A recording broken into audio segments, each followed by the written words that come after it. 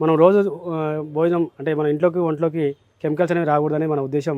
మనం వ్యవసాయంలో అయితే ఎరువులు, పురుగు మందులు లేకుండా పండించే ఏ విధంగా అయితే మన శరీరానికి ఆరోగ్యంగా ఉంటాయో, అదేవిధంగా మనం వాసన తీసుకునేవి, రాసుకునేవి, పూసుకునేవి, మన ఇంట్లో వాడుకోవాల్సినవి, క్లీన్ చేసుకునేవి అన్నీ కూడా ఇవన్నీ కూడా రసాయన రహితంగా, గో ఆధారితంగా, తర్వాత హెర్బల్స్‌తో చేసినటువంటి hand wash, floor cleaner, phenyl, dish wash, ఇది ఆవు పాలతో చేసినటువంటి ఆవు పాలు, కొబ్బరి నూనె, అలోవెరా కాంబినేషన్‌లో ఉన్నటువంటి సబ్బు ఇది.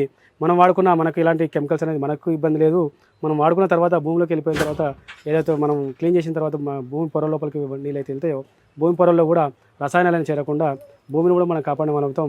మనం భూమి మీద ఒక గెస్ట్ లాగా, టూరిస్ట్ లాగా వచ్చిపోవాలి కానీ మనం మనకు ఆరోగ్యమే పాడు చేసుకోవడం కాకుండా భూమిని కూడా, వాతావరణాన్ని కూడా మనం పాడు చేసినటువంటి వస్తువులన్నీ కూడా మనం అవాయిడ్ చేసి ఇట్లాంటివి రసాయన రహితంగా తయారు చేసినటువంటి వస్తువులు వాడినట్టయితే మనకు, మన చుట్టూ ఉన్న ప్రకృతికి కూడా మనం సేవ చేసిన వాళ్ళం అవుతాం.